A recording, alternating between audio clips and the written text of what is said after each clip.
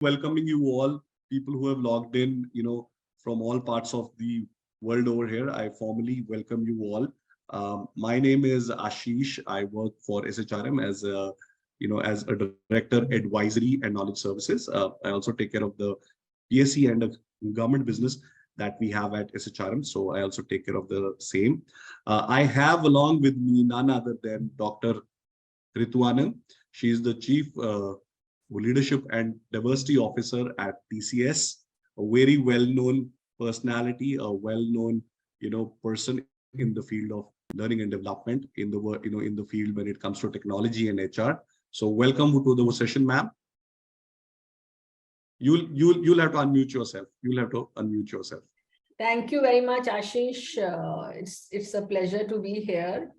And especially talking to people who are interested in technology and people behavior. I just cannot wait for us to start. Thank you for having me. Fantastic.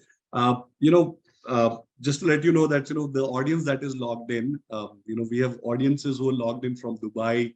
I can see Kampala, Singapore, even Los Angeles. It's all across Africa, Asia, Far East, and the USA. For all of you who logged in from the US, I know it's the middle of the night for you, but thank you so much for joining us. And now it's high pressure on both of us to make sure that you justify, logging in at such a late hour of the night. Before we start, I'm just letting all my audience know we will be taking questions from all of you, as we go through the session. Please keep on putting your questions onto the chat. I promise you I'll try my level best to pick up all questions with your name and organizational name. And I will have our speaker, answer them for us. We were also supposed to be joined in by Achal. Achal is the CEO for SHRM MENA, APAC, and India. Unfortunately, she had a personal exigency, because of which she could not, join us all. She was very, she was very excited to join this session because this year is a very special year for SHRM. We are celebrating 75 years of, of our existence, of a positive difference to the world of work that we've been, making. SHRM in all its work till now, we impact 116 million people globally, for the work that we do, and we present almost in 165 countries. So this knowledge cast series, is a step in the same kind of a direction. We've been thinking for a long time to say, can we come up with a monthly knowledge cast which talks about, which showcases industry's leading voices and unique perspectives on HR trends, topics, and that, pertain to worker and workplaces. So, we also acknowledge the fact that, there is every organization, there is a, it's for the first time in the human history that we have a mix of young people. We have not so young like me and not so many, young people who are in the organization. So there are almost 3 to 4 generations working together, at the workplace in this time. And hence, with technology, with the economy, moving towards a new way, it's a very changing times. And hence, in those times, experts like the one that we have, it becomes very critical to have a thought leader to come and share their expert thoughts and views, with us, to help us understand our respective roles and our, and our organizational work or the environment much better. So, the first in the series, Text the Limit, Conquering New WorkTech Frontiers, is the one that we are, launching today. We will keep on having these, webcasts or knowledge casts, as we call them, every month. And we'll pick up topics. You might as well, keep on telling us all, what all topics do you want to get covered. So I'm starting off with a bit of a context, and then we will straight away jump into, to the speaker. And before that, we'll also have a small poll for all of our people who are logged in. And because as much as we are part of this knowledge casts, we believe that knowledge is, in the new world, it's not just, it doesn't reside with one person or, with a generation. Because I think the biggest change that has happened with the democratization of learning is that, when I joined Workforce 20 years back, my manager knew everything, and that was his power. Unfortunately, when I came to that role, my team knows much better than me because they have a Google in their hand. So, we will also include all of you into the webcast through constant polls, and we'll also involve you. So here is the context. So SHRM did a research along with the World Economic Forum, and this is what we found out. I'm just laying out the context. 73% of the C-suite people across the globe, felt that in 3 years of time, which is almost starting 2022, they said that it's going to be a disruption in the way the organization works. Now, this is something not so new that you would have heard. So fair enough. Now, I was adding another element. Uh, Also, our research tells us that 1 in 5 jobs will be replaced by AI in the next 3 years. In the same time frame, 1 in 5 jobs will be replaced. And I'm sure that a lot of you are already on using chatbot, chat with GPTs and other stuff. So uh, there is a huge amount of change. I see amazing emails coming to me these days from people who have never sent in an amazing email, and I know that it's chat GPT, talking to me. But here is something much more important that our research told us. 42% of core skills for existing employees like me are also going to change, which means if I don't change 50%, almost 50% of myself, I'll absolutely not be fit for a workplace of tomorrow. In the next 3 years, it's not happening in 30 years. It's happening in the next 3 years. Now so see, as we call it at, SHRM, we call it the tide, the technologically induced displacement of employees. I love this term, because I think I'm one of those who will be at a receiving end of this. So, the transition is happening much faster because, earlier they thought that it will take 10 years. I think the 2 years of a COVID, one of the impacts was that this digitization or this digital transformation or adoption of technology is becoming much faster. At the same time, what's also happening is that, the way the economy is evolving into a new system, where our research tells us that money and traditional jobs, now this is important, money and traditional jobs will be less important. Now, I know that, when you think about jobs and you say, okay, less important, okay, but money, the way the world is going on, our research tells us that in the newer scheme of things, money is equivalent to time. And it's much more true than whatever it has been in the human history. So the culture of, where younger generation goes for experiences rather than buying stuff, where work and leisure is kind of, merging together, is becoming a reality in the next couple of, years or even maybe months. So the automation revolution, the future jobs, which are really new age, new world, and the redefining of leadership to manage all of this environment is really, really happening at a breakneck speed. Given this space, I would first want to start off with a question to our audience, the entire audience out there, and then we will have our speaker to respond to that, poll. So can we have the first poll on the screen, please? We'll keep this poll, on for about 40 seconds. I would want you to quickly choose an option from there. Okay, so there you see on your screens. I'm going to do a reading out of this. So what do you think will be the impact of technology on the workplace of the future? You have 5 choices. I can already see people getting highly tilted towards the first choice. Okay, thank you so much. People are also choosing for the third one. Okay. Fantastic. I've already got almost 70%, 80% of the population participating. We'll keep it on for another maybe 10 seconds and then,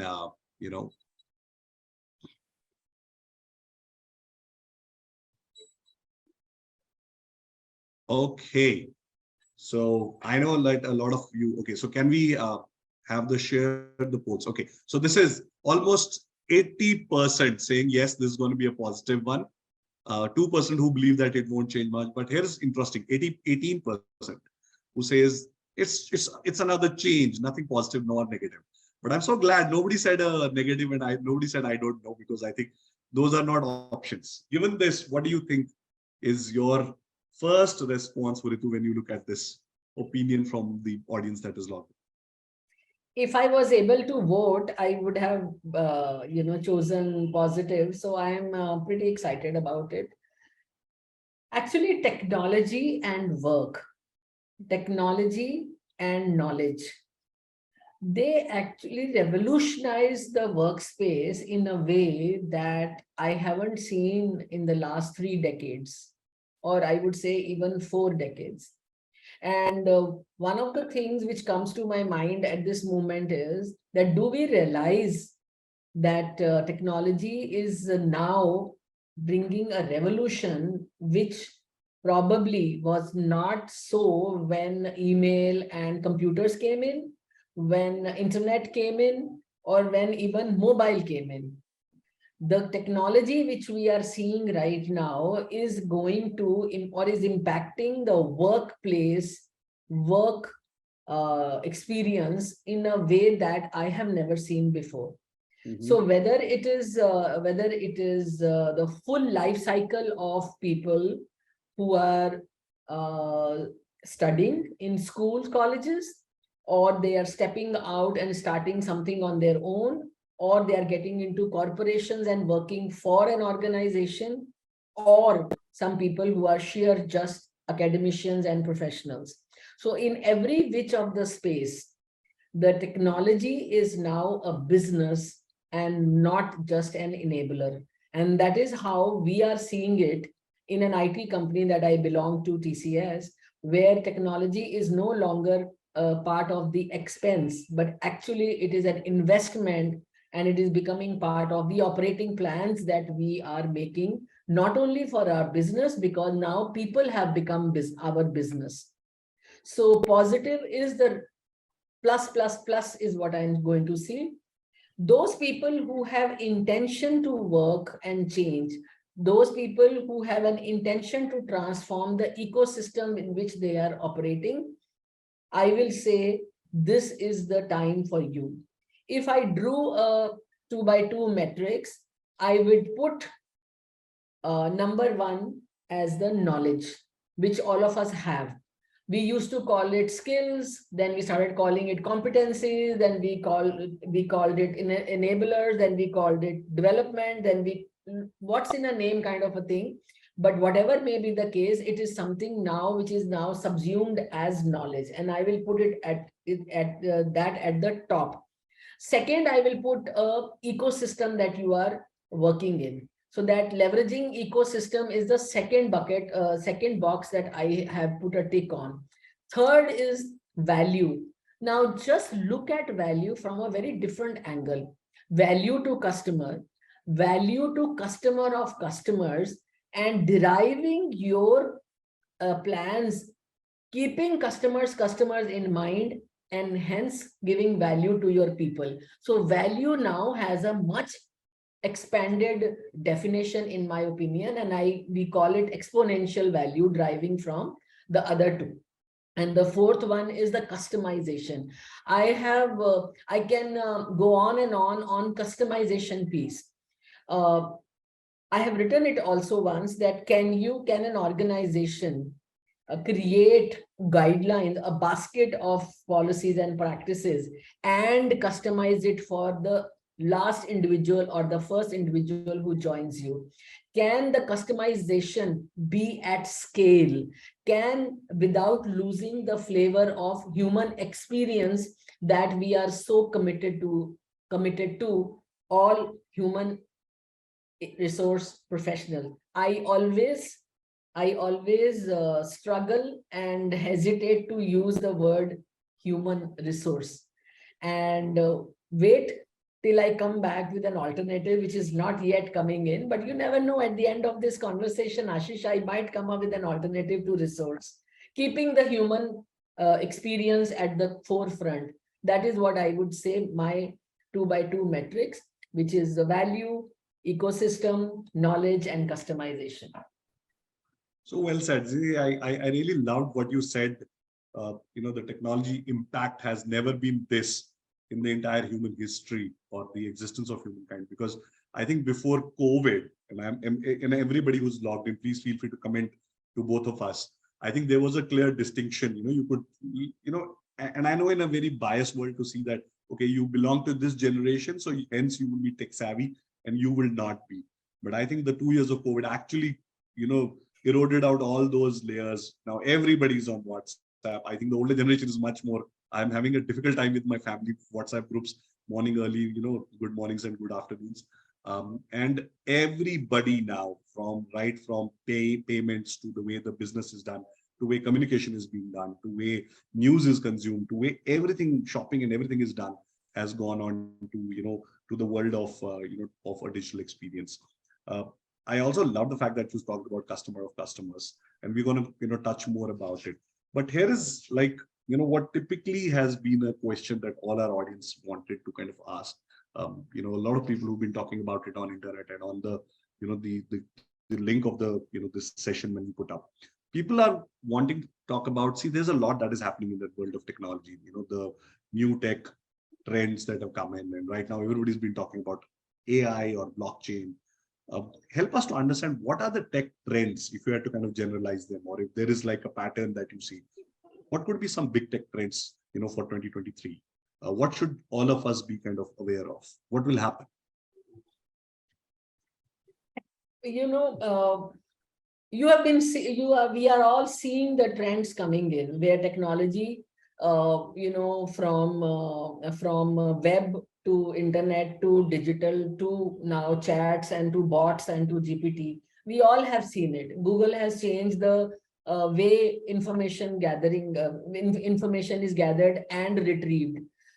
Today, with the chat bots and GPT, whichever may be the name you give, I am questioning that why do we have to pay so much of stress on memory or memorizing and giving examinations when it is always going to be available to us?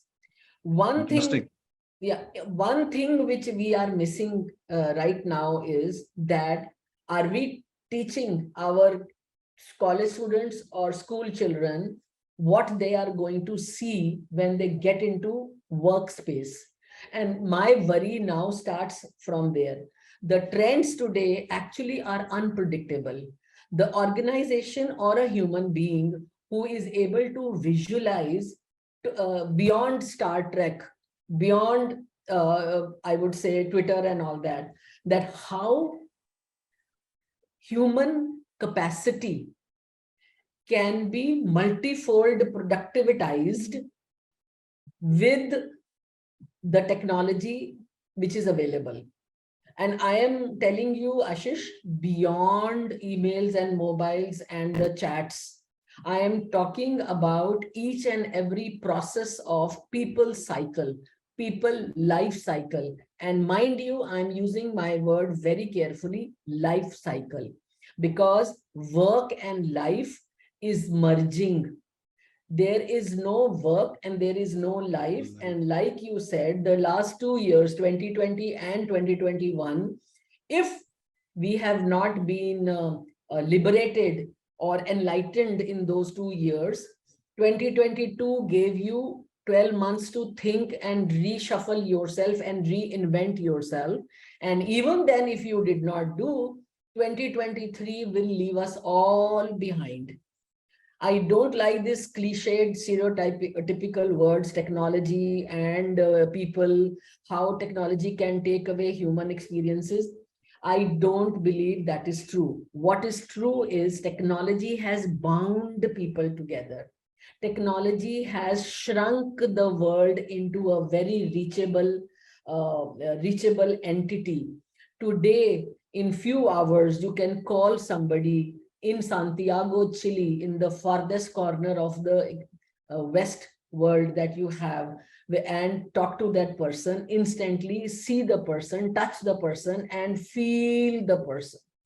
I don't have to meet Ashish Kaul in person to understand whether he is sad, happy, delighted, envisioning, crying, what type he is. I don't have to do that. And trust me, I belong to baby boomer age or even beyond, and I don't miss that connection. I would love it, but for that, it is only because of tech experience that my capacity, human capacity, has expanded multifold. And the trends we are seeing we started seeing it 10 years ago, whether it was big data or whether it is AI, and whether it is now the latest buzzword, chat GPT, we've already seen it coming, and we are leveraging every step of the way, from hiring to staying to learning to developing to leadership to retiring. And in between, a lot of things are happening in culture with the technology, how oneness can be retained. And it was not possible in 1990. It was not even possible in 2000. It is now possible. Thank you so much. Very provocative. All the audiences out there, this is very provocative and path-breaking what Ritu said. I like the word that you said that, it's imagining beyond what you see right now. I recently was at a college where students told me they've suddenly become poets in local languages. So what they basically are doing is they ask ChatGPT to write a poem on a dog or a tree or whatever. They put it through a Duolingo to convert it into a local language, and then through a Grammarly, get it in the right language, and they're publishing it. Now, of course, technology is helping you, but look at the innovation. I was like stunned bound by when they told me this. And I see you actually speaking that. So I think, probably all the audience out there, I don't know how many of you are middle-aged like me. I feel like a sandwich here, like always. The oldies have the ideas. They've arrived at the text scene. The younger generation has the ideas. I think, people like me who are getting stuck. Okay, now we're talking about generations, and I love the fact that you talked about, that if you don't adopt it in the 2023, you will be gone. Now, here is something that I want to ask, and this is a very cliched question, but for the benefit of all our audience, let's have it kind of buried for once and for all. Yeah, I know Pratik is saying that, you are very crisp and very straight. Yes, that's why we love her. Now, let's have this question, and this is a very provocative question again. See, this is always in the history, we've always talked about a generation gap between Gen Z, Gen Alpha, baby boomers. How do you think in this new environment where tech is an enabler, where economy is tech driven, and where I'm linking one more element, what you talked about, customer and customization. See, never ever in the history has, nowadays, TCS does not sit in isolation and create a product. They actually go to the customer and say, what do you want? And create a product. It's the reverse engineering of the whole solutioning. What do you think is that generational gap? Does it exist? Does it mean anything? Are there any, do we need to worry about, do people in other organizations need to worry about it? Or if I am a manager, or if I am a leader at work, what should I be doing about it? Frankly speaking, Ashish, there are two spectrums that I want to come from. And I'm coming from my experience. There is one spectrum where I don't see generational gap. When you are sitting across me or a student is sitting across me, I see a person, she is saying something, I am listening something, she wants something, I want something, and there is a dialogue, and it is my knowledge or my experience and her ideation and innovation which is coming to me, and the conversation is very smooth flowing. That is one spectrum. Second spectrum is where I'm hearing that these people don't listen, these people just don't obey, these people just don't do, these people always want instant gratification. And I look at this spectrum and I say, this is a reality. It is a reality which we have to deal with, but it is not the generationality which is the reason. It is the person, human being, which is the reason that the people come with the energy, excitement. People don't come with energy, excitement. They are pure lazy and they just want instant gratification. I remember this word came to me when I was in school, and we had a Western lady, a British lady who was our principal, and I'm taking the liberty that we wanted to just get up as children and go, ma'am, can we go? And she said, no, you can't. In those primary schools, I'm telling you, not even secondary. And then she said, wait for the class. The class is only 60 minutes or 40 minutes or 20 minutes, whatever, and then you can go. And that is how delayed gratification was inbuilt in our psyche. I think if we are educating ourselves personally through technology, the intergenerationality is a huge plus. I learn a lot from you, Ashish. I learn a lot more from the students who are in the class who come to me. I learn a lot from the fresh grads who join a corporation, and they are seeking me out for my experience. What a beautiful harmony of generations you are fortunate to be living in. I consider my generation as the luckiest one. We wrote with paper pencil. We wrote on inland letters. We wrote on postcards. We also wrote on memos. We also folded the appraisals and couriered them. We also emailed the appraisals. We also made it live, and we don't have to do anything but just type. And now I have to just speak and the message goes along. How lucky can a generation be of for you to be able to grasp all this history, and who and what will make it possible? Technology has made it possible. It was a little difficult 10 years ago. It is much easier now. So the value of each generation or each person is unique. With my PhD in psychology, I would say there is a million things to learn from millions of people that come in contact with you now and will come in contact with them with in future. This is not cliche, this is not stereotypical, this is a reality. Only needed is intention, nothing else. See, it's a very positive take on what you said, and Sharmila saying, wow, well said. Thank you so much, Sharmila, for appreciating that. It's a very positive take, and I would believe we are now. And I don't know how many of you in the audience would have seen the new McDonald's. You go in and you self-order now. Honestly, I've seen a lot of youngsters who are not comfortable. They want to speak to somebody, and a lot of people like me who were like, I'm always on the call. I love to go and tuck, tuck, tuck, and then I'm done. And of course, I think it's a mindset, as you rightly said it up. It's not got anything to do with generations. I've never absolutely, and being honest, I've never heard somebody give it that twist. And I think that's probably the right twist. It's got nothing to do with age. It might have elements of, as you rightly corrected, elements of our upbringing, of how gratification was delayed in our sense. I don't know why my father would always say that I will give it to you next month, and that next month never came in. But I think that era has moved on. That economy has moved on. It's a new economic world. It's a new era that we are living in. In organizations, all of this environment, all of this this culture, or all of this all of these socio elements are understood by HR. Where do you rank the current HR? And I'm not asking about specifically about a particular organization or a sector.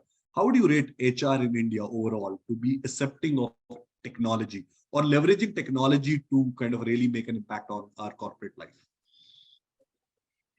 I'm not going to fall to that bait and rate HR in an SHRM conference. I'm definitely not going to do that. And I will stick, and I really believe, Ashish, I really believe that people are put in departments, or people chose some courses and modules and degrees based on the availability and knowledge or information they have at that time. However, what is human? Every one of us are human beings. My favorite statement to my people in TCS and others who listen to me or talk to me is that the kind of HR that you can experience or display or utilize while being a leader of a team in a business and an economic setup is far greater than being an HR person in an HR department. So take it very positively. We all live to work for, if not more, at least 4 decades in our lifetime after graduation, to typically the years that people work. Every decade can be a transformational decade. When you work in HR department, when you work in a business partner, when you work to make HR not only enabler, but actually profitable, profit center. And in the last decade, envisioning, leading, leaving a legacy. So today, HR, let me put it this way, has huge opportunity. My gut feel is only 25% or even less will be able to leverage that opportunity. I am saying this to provoke all of them, because there were a lot of derailments in when we were growing up in HR department. The information was not easily available. Today it is. We were seekers, but we did not have the reach as much as it is today. So today, the only expectation I have from HR is to be a seeker and not a maintainer.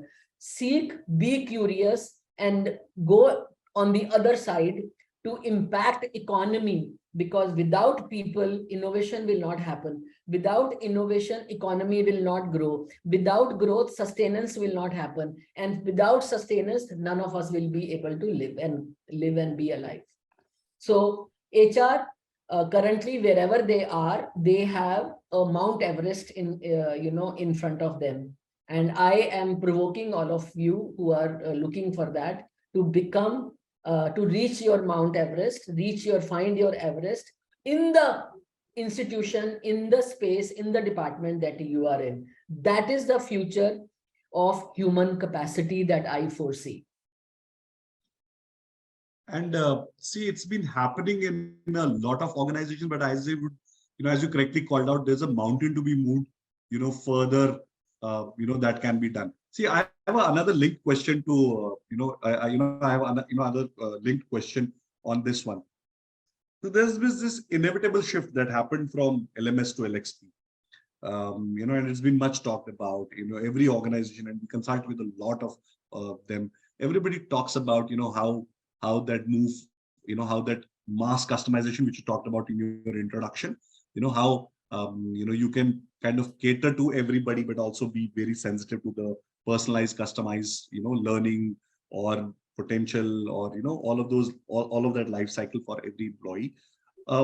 What do you think, are the various ways or techniques that organizations and HR specifically needs to kind of get together to, to make sure that, the formal learning is not only enhanced, but is actually taken to the next level, is really realizing the full potential of this technology, so that, organizations, and as you correctly called out, work and life are becoming merged, so you're working and you're learning as well.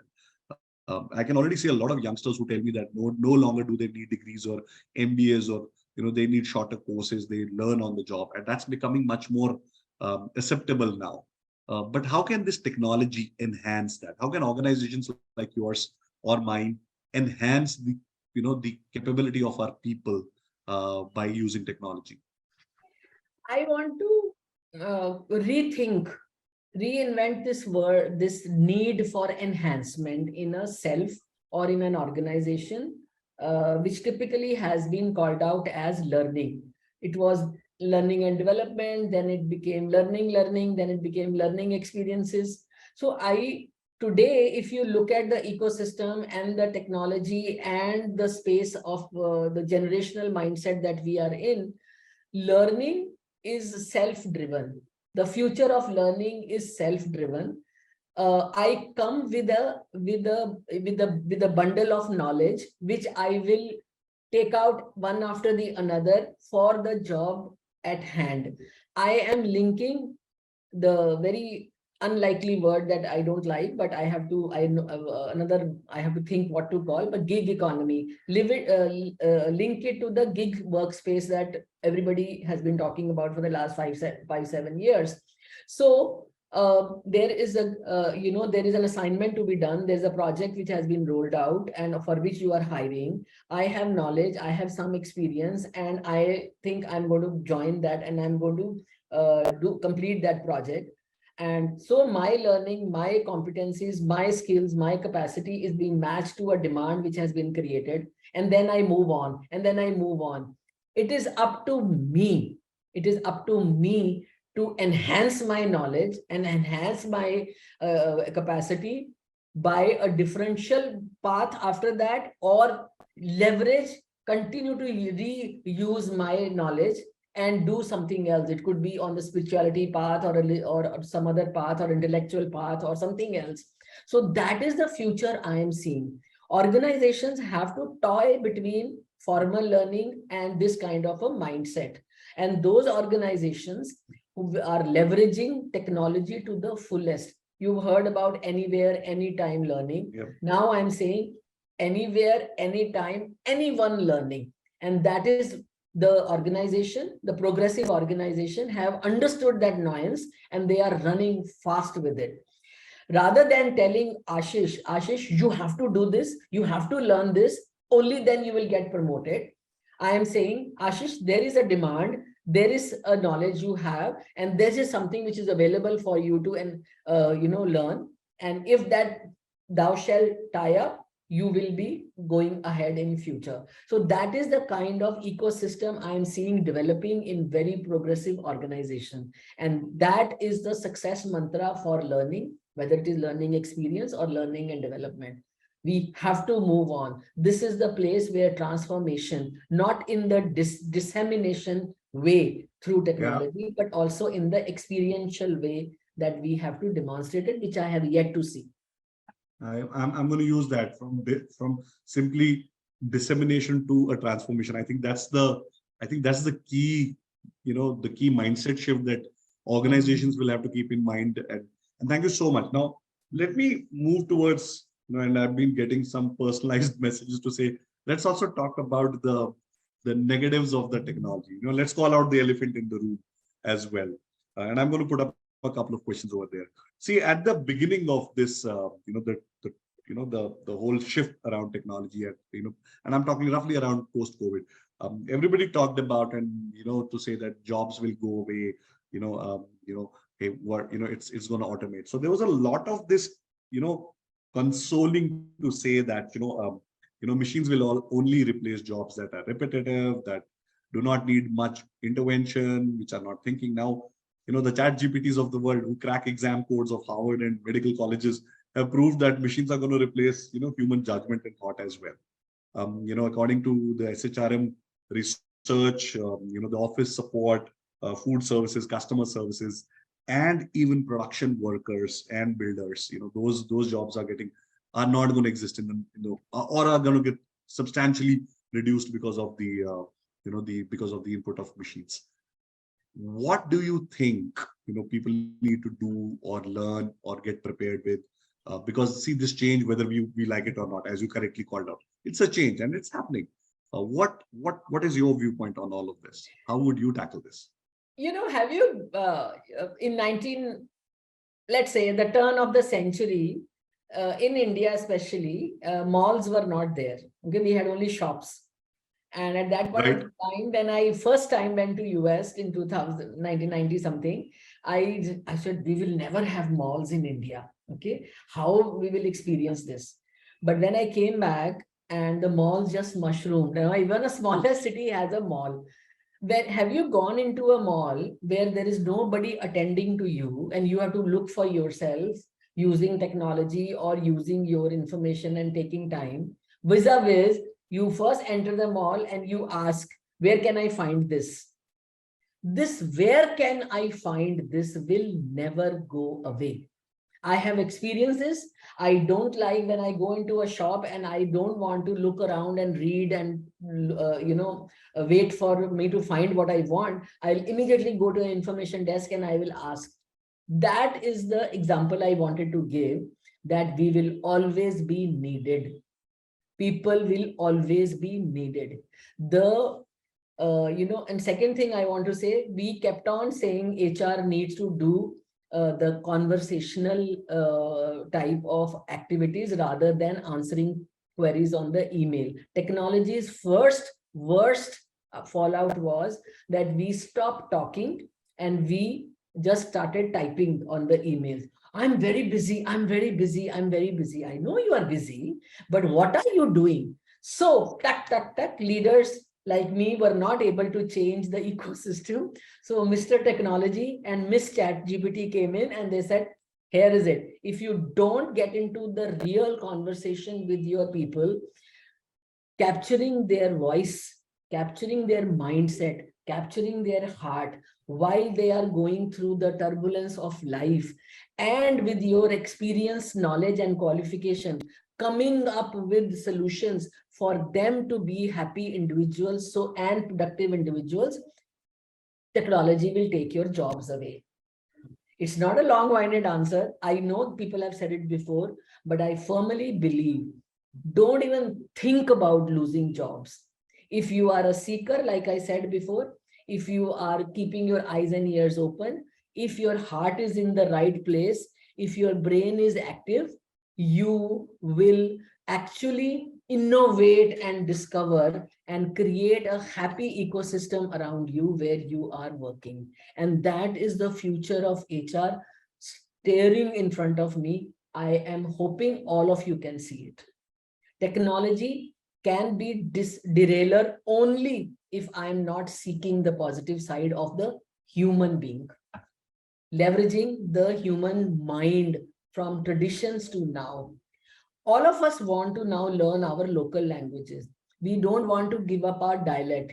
I am proudly going to wear my traditional dress, even if I am in an alien environment, because whatever I did not know, I have now learned it through the technology. I am going to learn a language of my native town, and I have promised myself and announced to the world that I will be fluently speaking in 6 months. So, how is it going to be possible? Chat is going to make me do it. Technology is going to help me. I don't have to look anywhere else. Where was it when I was growing up? Yeah. No, absolutely. It's the mindset shift or the mindset that you need to cultivate in a positive sense to adapt, to adapt to it.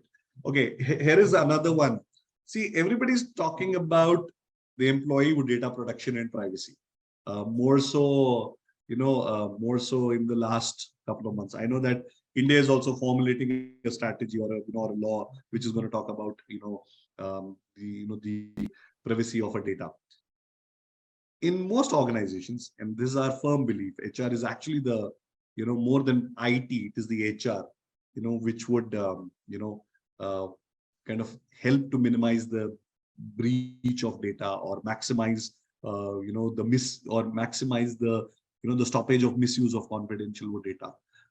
Any key messages that you would want to give our people who are logged in to say this is our role as HR, not just understand and execute technology, but actually to be at the top of it, to be really making those, because data is something of extreme importance in the new world. It's the new oil, and particularly in our organizations, that's where we that's what we own up. So anything that you would talk about around those lines to our HR folks who are logged in? It's true that technology has made sharing of data, private or otherwise, very easy, and that is why the privacy laws have to be in place.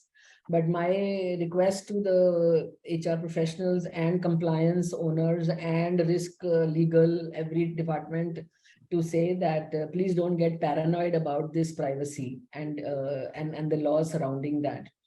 I remember Mr. Kohli, my first, our CEO, used to tell HR department only one thing: don't become mechanical, don't be mechanical.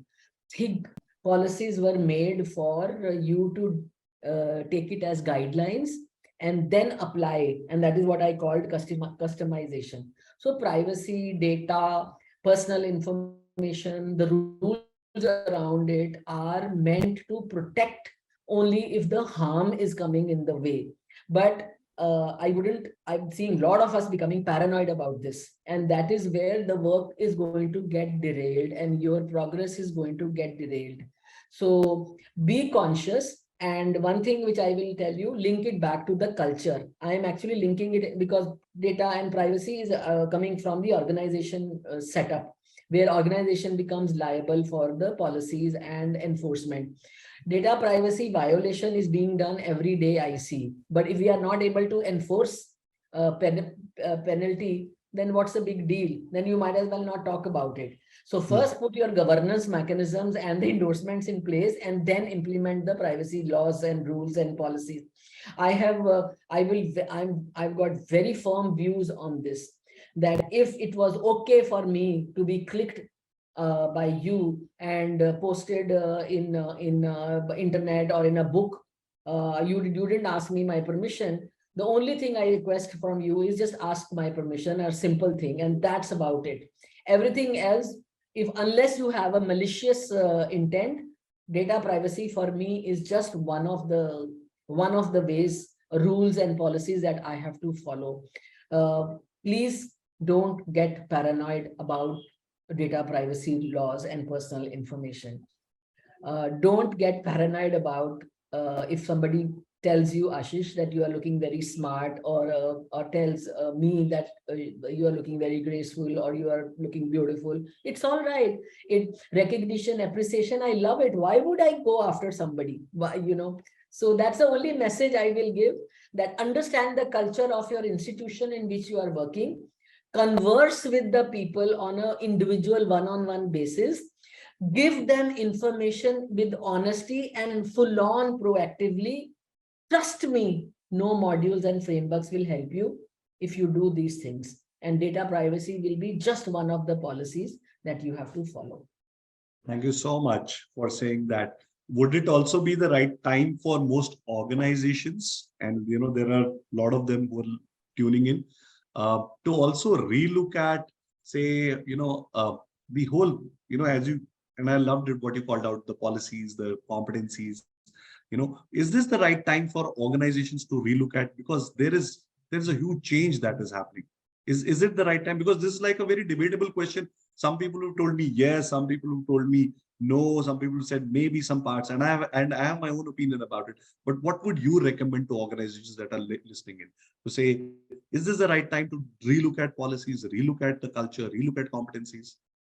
Ashish, I'm a very outcome result oriented person, in the sense that everything when I launch or do, I ask myself, Ritu, why are you doing it? Why? What will you gain? What will organization gain? So that is outcomes for me. So I am envisioning a crystal ball, and I'm putting all my policies into that big bowl of glass, and I'm shuffling it, and I'm taking it out, each one policy by another, and I foresee 50% of the chits I will throw away, which means 50% of the policies are not needed now.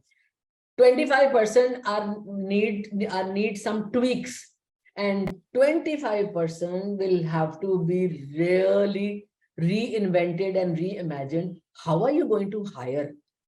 How are you going to retire? How are you going to retain? How are you going to grow? How are you going to promote?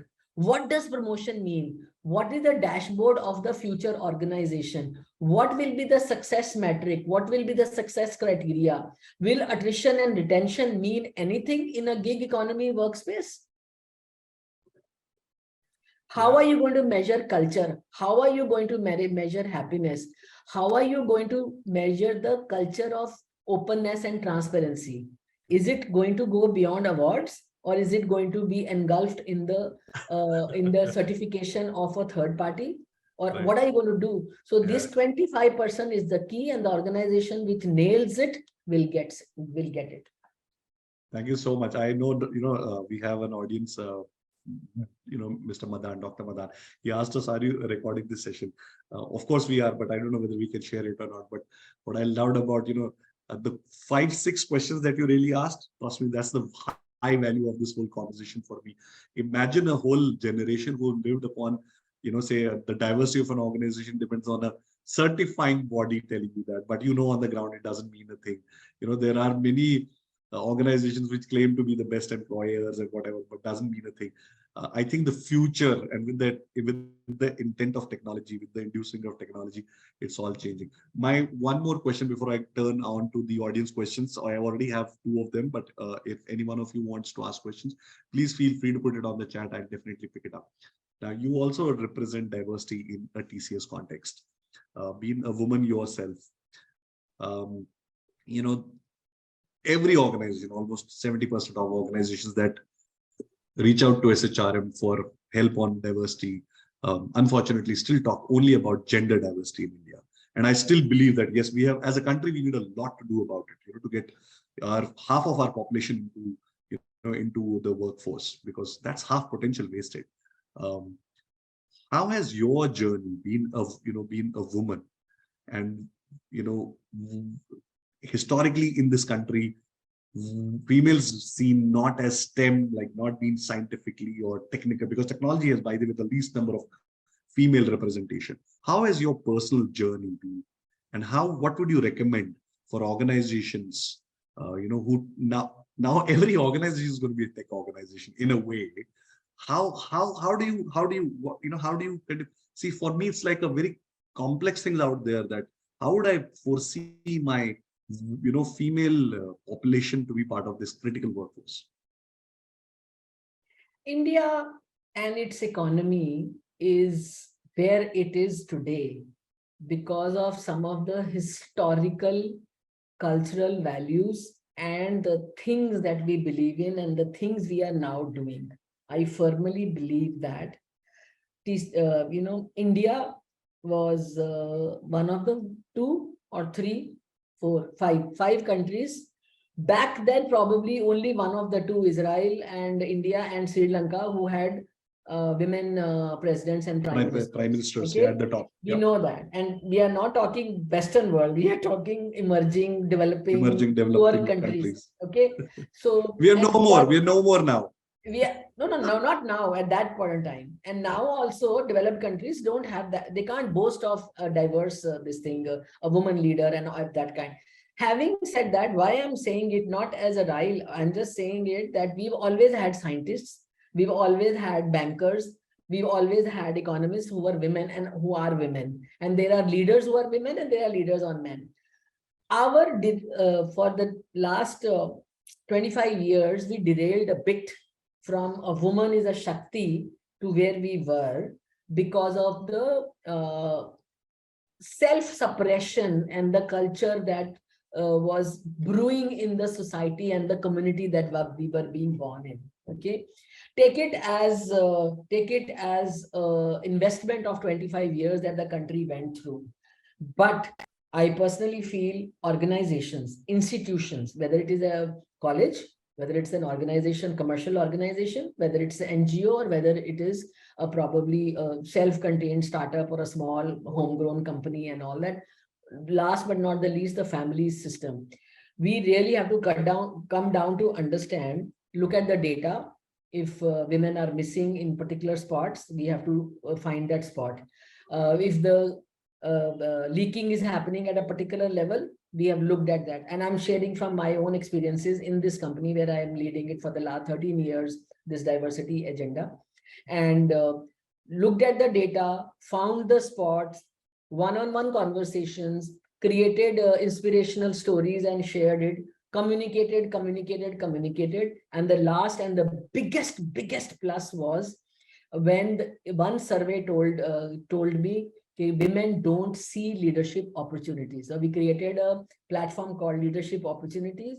And because every golf course conversation, every allocation by the coffee table went away. Every handshake across a wine and a dinner went away, because I could see as many opportunities as you could see, Ashish. And that opened the floodgates. And that mission is still on. We haven't reached anywhere. The only thing that we promised ourselves, that we will not mandate, we will not exclude our beloved men. We will embrace them also. It is on merit. Nobody in TCS women leadership should be called that you are here because you are a woman. And that is why we have not reached the 50-50 yet, because we chose not to mandate. We said we will invite, we will communicate, we will be transparent, we will create a psychologically safe environment for women, for people of color, for people of different orientation, and last but not the least, people with disability, and leverage their ability. Potential. If I'm not seeing from one eye, I see it from one. I have strengths of a different kind. I'm more energetic, my ears are listening, my ability to write is increased, so that kind of abilities organization has leveraged. And that is why we are here, It took time, it will take time, and I will show 50-50. This country will show 50-50 very soon. Absolutely. And I pray, and I'm very positive and hopeful that soon, not very long, will this country show that. I'm a very firm believer in the potential of this country. Okay, now audience questions, and trust me, I'm going through the questions, really powerful questions. So first one is from Subesh. Subesh, it's not Subhash. Subesh, I'm so sorry, I misspelled your name on the chat. So he says, hi, Ritu, thanks for the insights. Now he's asking a question. What's your view on the changing trends in human connection due to technology bounding us all together? leading to changes in managerial competencies. So I think Subesh is asking about how is our human to human touch changing because of technology? Subesh, on a very lighter note, I will start. Uh, when I meet you in person, you can't touch me. Okay, because first of all, I don't know you. Second is there is posh and all those things. So the touch word, I will redefine. I have redefined in 2020, 2021, and later on. I am a very, feely person, and I would shake your hand, I will pat your back. And I was warned not to do that during COVID. I learned in my age, I had to learn. So I redefine the connection. One-on-one video calling, okay, gave me the motivation to dress up exactly the way I was doing from 2019 to before. And it also gave me the view to look at Ashish, that he's wearing a black or blue suit and he's wearing a shirt, he's smartly dressed, and I can see whether he's sad or happy, energized or lazy, and I am communicating with him. That is how I talk to 620,000 people in TCS today. That is how I am talking to hundreds of people who are probably listening today or will listen tomorrow. And that is why that is how I define the personal connection. There is absolutely no difference. The only difference, which you can call it a derailer or a hiccup, is that you and I are sitting and not saying anything. The silence is missing. I've started bringing silence back into my conversations like this, because technology has made it easy and cheap and affordable. That is what I will say, Subesh. Thank you so much. That's so fantastic. Okay, now let's move on to the next one because we're getting out of time. This one is coming from a Bhavya. Bhavya asks a great question. So she says, I'd like to understand if and how you may have used technology in improving retention or reducing attrition.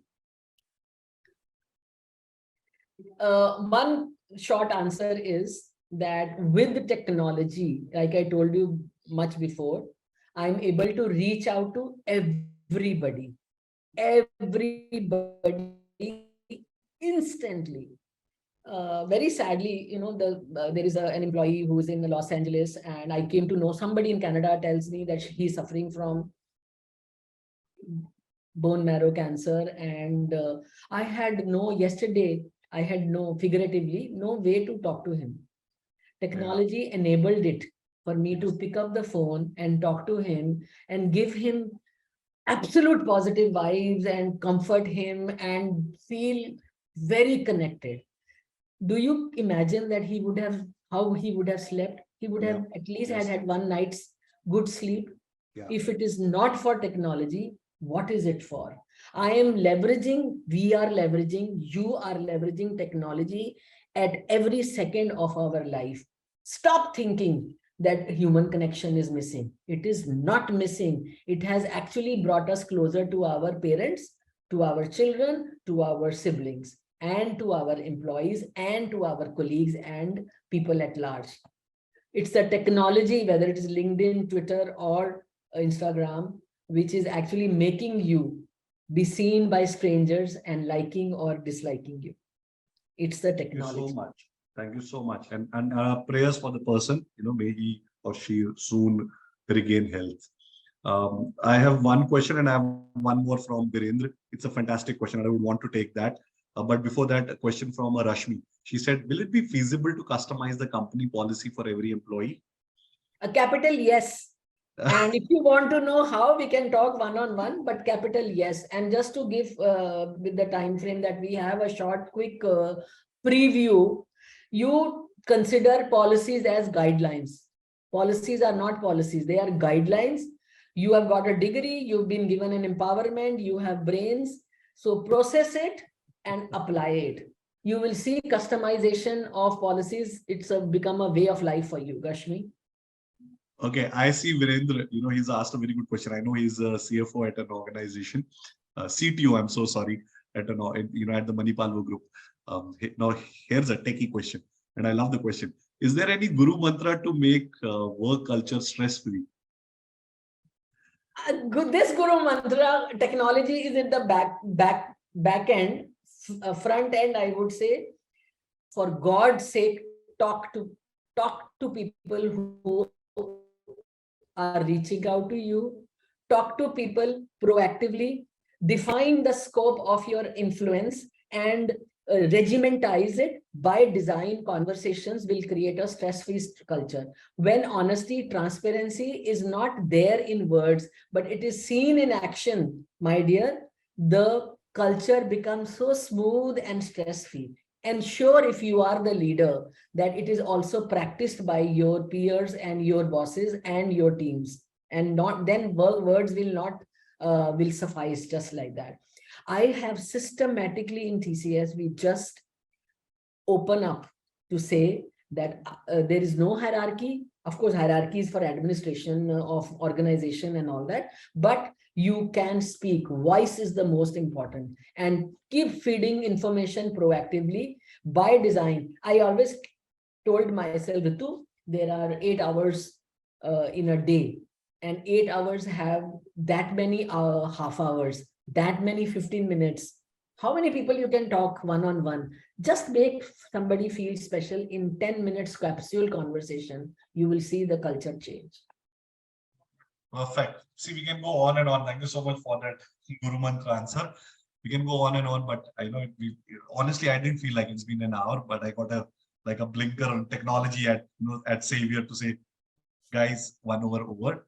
1 hour over. So before we leave our audience, let's have the last opinion poll. Let's have the last question. So can we have the audience poll on our screens?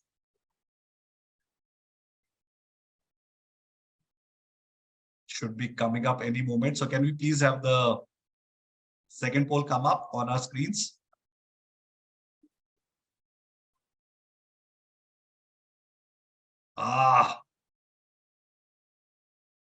In the meanwhile, there are lots of messages that you can see on the chat.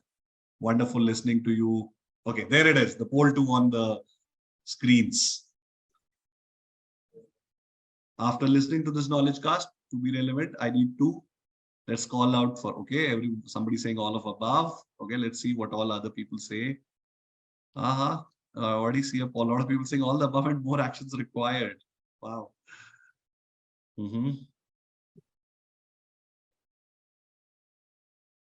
Ritu, see what kind of a good karma you've earned.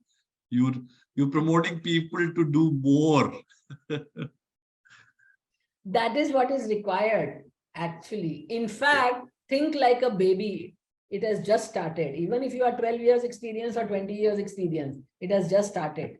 Your journey has just started. Yeah, we already had 76% of the people, polled, and almost a majority, 55% are saying all of the above, that I need to constantly upgrade, upskill, need to, get networked and, have such more sessions to substantially change my mindset, and more that I need to do, to be kind of, prepared for the future. Thank you so much. Okay, so let me show this. Yeah, so I've just put it on the screen for all of you to see, what are, the results. Very nice. Yeah. Thank you, everybody who is logged in, all of you who have had questions, all of you who are actually putting it on the chat. I don't need to, like, you made my job easier. I don't need to kind of mention to Ritu the amount of love and insights that we drove from this session. You can see it on the chat. Tanvi saying great insights, loved the part of this session. Okay, somebody's thanking me as well. Oh, Virendraji, thank you so much.